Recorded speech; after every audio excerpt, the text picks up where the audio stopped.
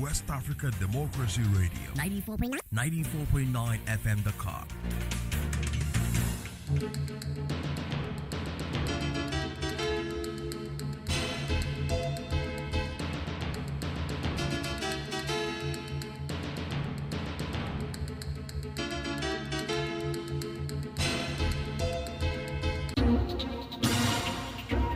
WADR,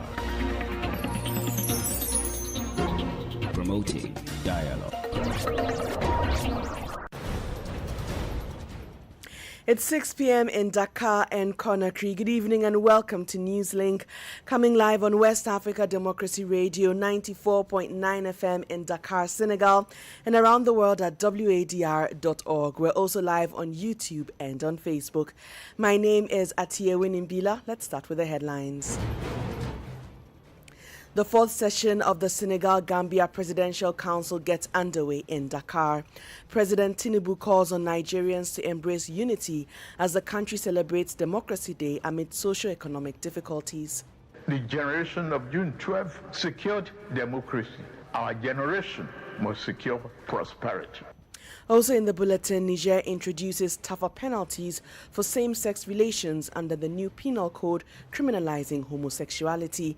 And Ghanaian government repatriates stranded citizens from Côte d'Ivoire following mass demolitions. Please stay tuned for details of these stories and many more. West Africa Democracy Radio. It's you speaking. Thanks for staying with us. Now, Newslink begins here in Senegal because the fourth session of the Senegal-Gambia Presidential Council got underway this Friday. The high-level meeting is reviewing progress in key areas including security, trade, diplomacy, transport, and economic integration. Abdullahi Hassan has the details. President Bassirou Diomaye Faye and his Gambian counterpart Adama Barrow today co-chaired the fourth session of the Senegal-Gambia Presidential Council in Dakar. 8 years after the creation of this body, the two heads of state sought to make this session one focused on assessment and action, ensuring that commitments made are translated into concrete and measurable results for the benefit of their peoples. They praised the progress already achieved from the Senegambia Bridge to the electricity interconnection between Senelec and Nawek and outlined future priorities, including the demarcation of the common border, the Sambagalo Dam project, economic integration, energy, agriculture, and climate resilience. The session concluded with the signing of 12 agreements and roadmaps covering defense and security, economy and trade, energy and hydrocarbons, digital development, youth, culture, environment, and cross-border cooperation. The two presidents reaffirmed their shared commitment to the ideals of peace, stability, and good neighborliness within ECOWAS, the African Union, and United Nations. Beyond the agreements signed, the significance of the meeting lies in a conviction shared by both leaders that one people live in two countries and that the border is not a line of division but a link that unites them. Abdullahi Hassan reporting there. Away from Senegal, Benin's President Romuald Wadani has held his first working session with the ministerial advisors attached to the presidency, setting out the priorities that will guide his administration. Meeting with advisors at the Marian Palace on Friday, the president stressed that the foremost responsibility is to serve the people of Benin. He urged them to ensure that government actions match official promises and remain focused on delivering results for citizens. Wadani also signaled a shift away from campaign politics, telling his team to put national interests above regional or community considerations and work for the benefit of all Beninese.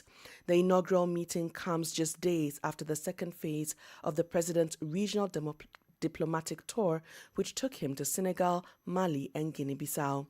During the visit, discussions centered on strengthening economic cooperation, advancing regional integration, and promoting security, peace, and stability across West Africa. More on governance this time in Nigeria because President Bola Tinubu has urged Nigerians not to lose faith in the country's democratic journey as the country marks June 12th, Democracy Day. In his address, the president called on citizens to reject division, cynicism, and despair and instead embrace unity, hope, and a shared vision for national development. Tinubu's call, however, faces criticism amid rising economic hardship, persistent insecurity, and growing public distrust in institutions. Our Abuja correspondent Yechinu Sasitu reports. President Bola Tinubu used the occasion of Democracy Day to reflect on Nigeria's democratic journey and to rally citizens around a common national purpose. The president acknowledged the importance of unity in a diverse nation. Every generation has a defining responsibility. The generation of our founding fathers secured independence. The generation of June 12 secured democracy. Our generation must secure prosperity. While Democracy Day celebrations often focus on country's democratic gains, many Nigerians say the realities of daily life continue to test their confidence in government institutions. Truly, democracy has failed us in so many areas as a citizen of this country. I feel that if Nigeria had still been in democracy from 1960 till date, we would have been much better off. I may have enjoyed this democracy in the past 26 years because I have some level of freedom of speech. On the whole, if we compare it to some other African countries, the level of economic growth that we've had, I'm not sure we could have had that under the military rule. Political analysts say one of the major challenges confronting Nigeria's democracy is the growing disconnect between leaders and the people they govern. Professor of Political Science and International Relations, Jide Ofo-Adibe, says bridging that gap requires stronger institutions. And when these structures of conflicts are aggravated, what happens is that the social distance among Nigerians start to widen. The entire nation building process comes into abeyance. And people like us have believed that unless you build a nation, all those boxes you're thinking, any solution you throw to the myriad of problems the country has quickly becomes part of the problem. As Nigeria marks another Democracy Day, the conversations around governance, accountability, and citizen welfare continue to shape public expectations of the country's democratic future. For WADR, Yechinu Sasitu in Abuja. More stories coming up on West Africa Democracy Radio. Newslink continues. Let's now cross over to the Sahel and focus on security. The Malian government says it will launch a nationwide special registration for motorcycles and tricycles starting June 15 as part of efforts to strengthen security and regulate the growing number of unregistered vehicles on the road. Authorities say the exercise will cover all regions of the country and is aimed at improving vehicle traceability at a time of heightened security concerns. Francis Boniface has the details. From June 15, all owners of motorcycles and tricycles across Mali will be required to register their vehicles under a special nationwide operation announced by the Ministry of Transport and Infrastructure. The government says the measure responds to the widespread circulation of unregistered 2- and 3-wheel vehicles, which authorities say has become a regulatory and security concern. The Directorate General of Transport, along with regional and sub-regional offices, will oversee the exercise, which will also involve designated registration centers across the country. Officials say the initiative is backed by existing regulations, including a 2023 decree that makes vehicle registration mandatory for all motor vehicles, motorcycles, and other mobile equipment, with certificates valid for 5 years. Mali has also been reforming its license plate system since 2024, introducing new plates featuring national colors, the country code ML, and regional identifiers to improve tracking and identification. The move comes as Mali continues to rely heavily on motorcycles and tricycles for transport and commercial activities, with imports running into hundreds of thousands annually, largely from Asian markets. It also follows recent government restrictions on the importation and circulation of certain motorcycles above 125 cubic centimeters, introduced as part of broader security measures targeting the mobility of armed groups operating in rural areas. Officials said the combined measures are intended to improve security tracking while strengthening regulation of a key transport sector that remains central to daily economic activity. Francis Boniface with those details. Still in the Sahel, authorities in Niger announced the adoption of a new penal code that now criminalizes homosexuality. The decree also introduces some of the harshest penalties in Niger's legal system for same-sex relationships, including prison sentences of up to 20 years for individuals found guilty of committing such acts. As Augustine Colley reports, the legislation imposes sanctions on people and organizations accused of promoting or supporting such homosexuality in the country. Article 390 of Niger's new penal code imposes severe penalties on same-sex relations classified under the law as acts against nature. Anyone found guilty of engaging in or attempting such acts faces between 5 and 10 years in prison and fines up to 100 million CFA francs. The law also criminalizes the public display of same-sex relationships and attempts to change one's sex. Penalties rise to as much as 20 years in prison when minors under 13 or persons living with disabilities are involved. Article 391 also criminalizes same-sex marriage with prison terms ranging from 10 to 20 years. The sanctions extend to officiants, witnesses, organizers, and others involved in such ceremonies. Ibrahim Idrissa is a member of the Consultative Council for Refundation, Niger's legislative body. My view is that the law must be applied firmly and rigorously. This is a practice that is rejected by our moral values and customs, the laws of our republic, and by Islam. The law should be enforced in a way that serves as a deterrent to anyone seeking to introduce such practice into our country. That is our position. We simply call on the justice system to do its work and ensure that justice is served.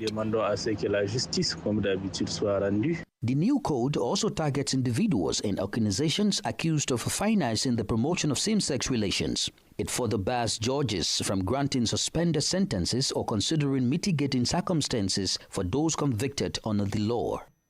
That was Niamey correspondent Yakuba Habibullah's report, voiced by Augustine Colley. Elsewhere in Côte d'Ivoire, the demolition of homes in the Kumasi Campmer area of Abidjan continues to generate controversy. Former Deputy Mayor Aliou Broujak, who is accused of being behind the exercise, remains wanted by the authorities after prosecutors denied granting any authorization for the demolitions. As investigations continue, civil society groups are calling on the government to engage affected communities through dialogue.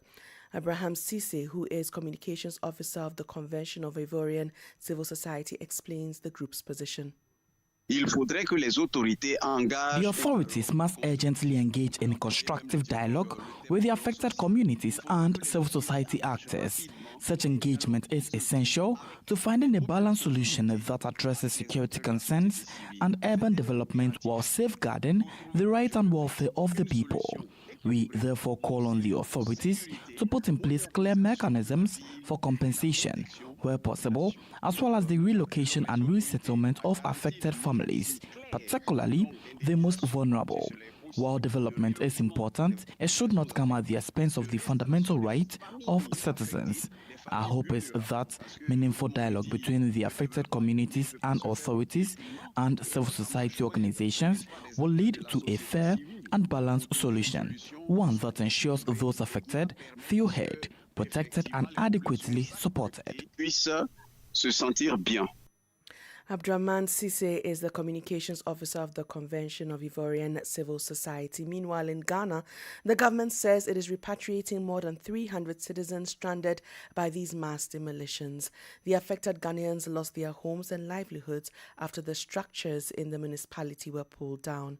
In a statement, the Ministry of Foreign Affairs says efforts are underway to ensure their safe return and eventual compensation.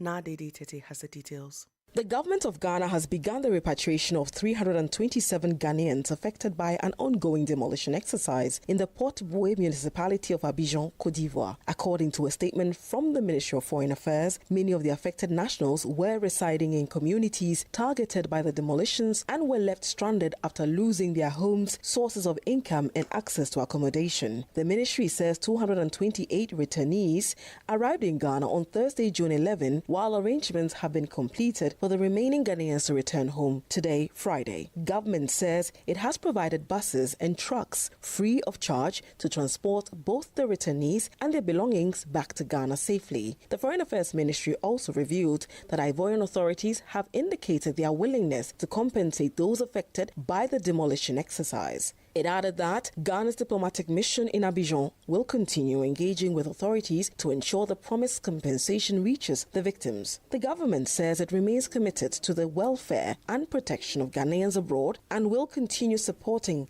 the return and reintegration of those affected. The ministry also expressed appreciation to the authorities of Côte d'Ivoire and other stakeholders for their cooperation in facilitating the repatriation process. For WDR, Nadidi Tete, Accra.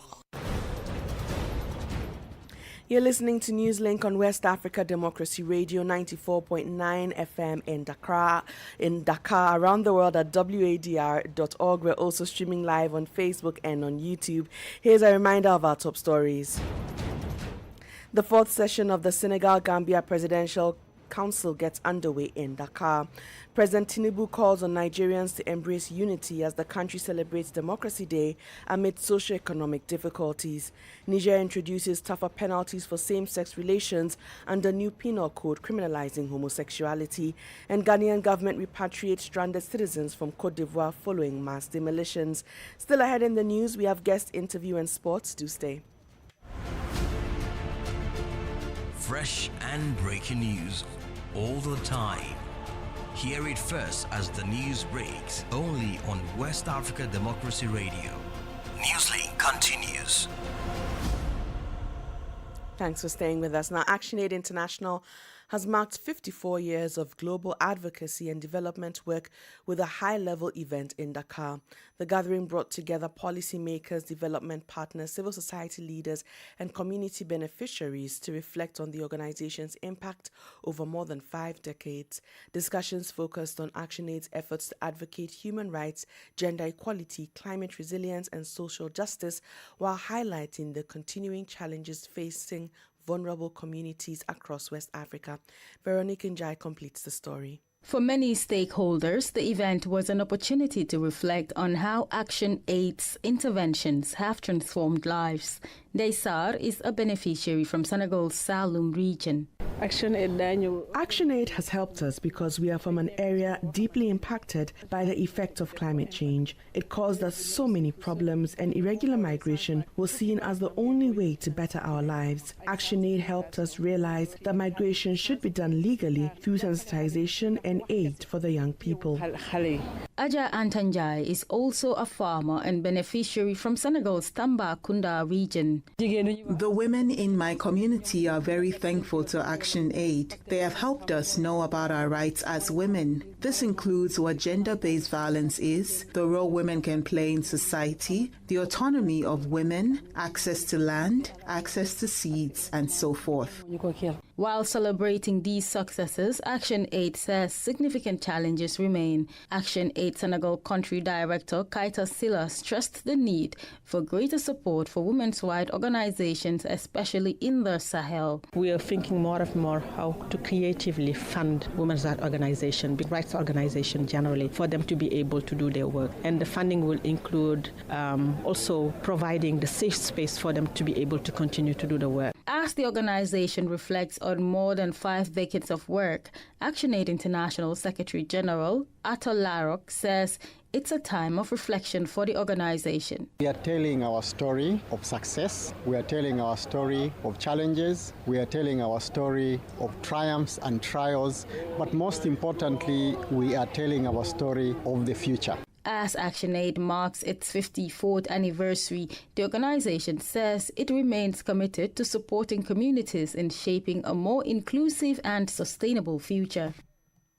Veronique Njai with that report. In the Gambia, civil society group Gambia Participate is calling for urgent action to address delays in operationalizing the country's anti-corruption commission and to tackle the ongoing electricity crisis.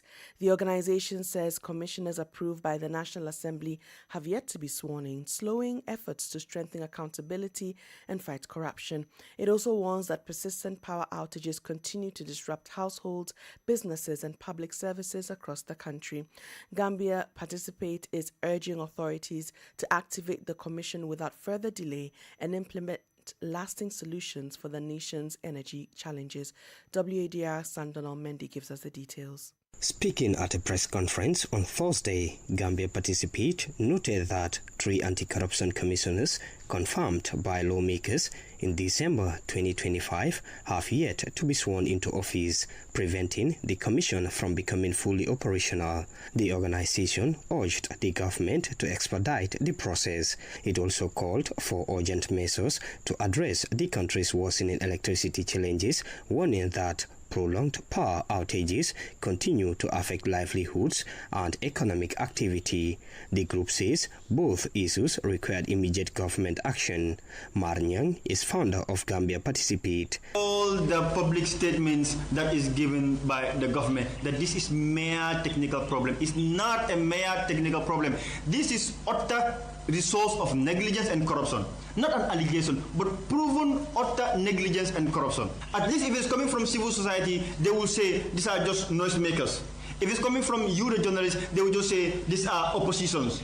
This is not coming from me. It's not coming from media. This is coming from the State-Owned Enterprises Commission that was established by this administration. As concerns continue to mount, a group known as Gambians Against Looted Assets has formally requested a permit from the Inspector General of Police to stage a protest over the country's electricity and water shortages. The demonstration is scheduled for June 19, 2026. The planned protest follows continued nationwide load shedding by the National Water and Electricity Company, with some communities experiencing power cuts lasting several hours each day. For Newslink on West Africa Democracy Radio, I am Sangdana Mendy, reporting from Banjul. Politics, analysis on major news, social matters, and all. This is A Guest. Our guest this evening is Abdraman Sise, Communications Officer for the Convention of Ivorian Civil Society. He speaks about the demolition operations in Kumasi, Kapman district, which continue to spark controversy. This comes as former Deputy Mayor Aliou Broujak, who is believed to be behind the operations, is still wanted by the authorities. What we know first and foremost is that this situation affects the population, but we must also recognize the state's need to protect them. So it's true that the safety of individuals and disaster prevention remain a priority for the state. But as a civil society actor, we believe that this operation must respect 3 important points. First, human dignity. Second, transparency. And finally, social justice.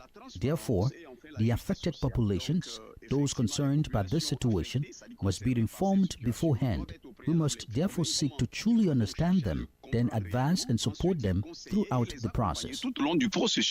We are talking about more than 65,000 people who are now homeless in Kumasi camp. What exactly is the situation on the ground? Why is this situation concerning us all? Because it's currently the rainy season. There's also a worry about how these people will manage to find shelter and protection from the rain, especially given the flooding in some areas. That's the concern. So we are currently assessing what civil assistance can do. The public prosecutor now claims that he, Broujak, who is allegedly behind these demolitions, had no legal authorization, and yet the operation took place in the presence of law enforcement and agents from the Abidjan Autonomous District. How do you explain that a demolition of this scale could have been carried out with the support of public institutions if it was completely illegal? No, actually, it's about understanding how things were initially set up so that this situation could not have occurred in the first place. You see, so it has a fundamentally legal aspect. When you mention the public prosecutor, it falls within a legal context, so it needs to be analyzed. We are not going to comment on all of this first. We are going to try to document everything that has been done, and based on that documentation, we can then comment on certain points, particularly, of course, the one concerning the issue you raised. Now that the Ivorian state claims not to be behind these demolitions, where exactly is this flaw that led to these operations? Okay, the problem lies in the area of responsibility. Responsibility is very important, so we need to understand what it represents, what it truly is. What is responsibility? I will explain it simply, using a civil society approach. It's acting with full knowledge of the facts. When we don't act with full knowledge of the facts, there's a problem of responsibility.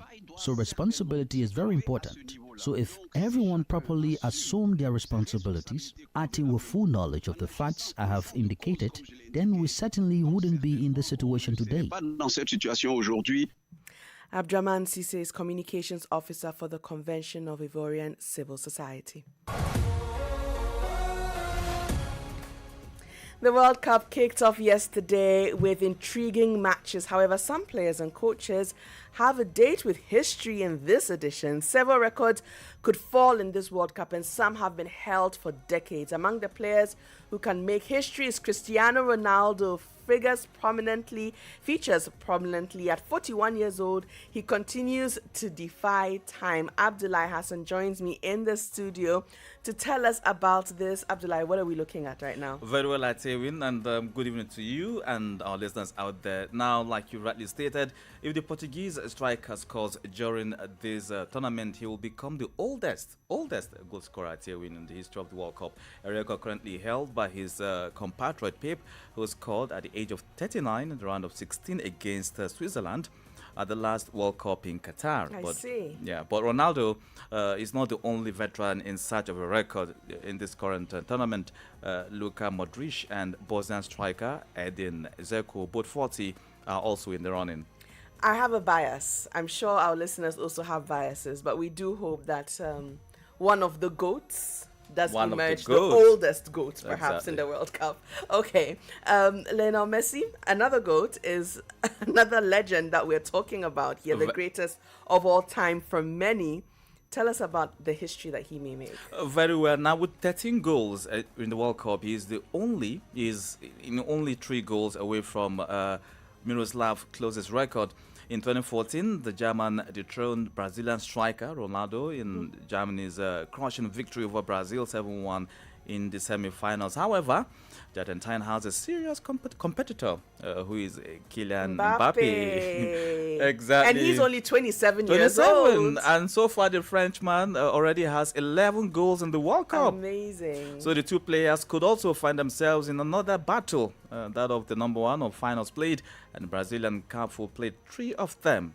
So if Argentina or France reach the final again, one of them could equal that performance. Now, Abdullah, we have to run out of the studio. There's lots of activity happening this evening and this weekend. But let's bring it closer to home. What African players, African teams are about to make history in this World Cup? Any records? Well, so far, we could tell from yesterday's competition that South Africa had a very poor start. Yes. But if anything, at least we can right now, say from West Africa, bet on Côte d'Ivoire. Of course, you have Cape Verde. And so, of course, also you have DRC. So some of those countries... And Ghana. And Ghana. Don't forget. And Senegal. Come on. We don't have time to argue this. But you see, for Ghana always put up a very good start. But then they don't go far in the game. So for me, Côte d'Ivoire, like you said, Senegal, Cape Verde, let's see how far they go. Let's see if the Black Stars will upset Abdullah. Listeners, thank you so much for joining us. And that's how we end Newslink this Friday. Thanks so much for joining us. My name is Atiewin Imbila. A huge thanks to our technical team, Mustafa Seka Maldoju, for all the assistance. Do continue to interact with us, X, Instagram, and Facebook at WADR English. Have a wonderful weekend. We thank you for listening to Newslink in Nigeria on Love FM Abuja and Darling FM Owerri. In the Gambia on Hot FM Banjul, Hilltop FM and Veritas Radio in Serekunda. Thank you for listening on Alternative Youth Radio Lofa County, Liberia, Radio Kegaman in Nimba County, and DCN Radio Riverses County. A big thank you to Radio Graft FM in Sierra Leone for listening, and in Ghana we thank Radio Pad in Damango and Royals FM in Wenchi. Thank you all for listening to Newslink.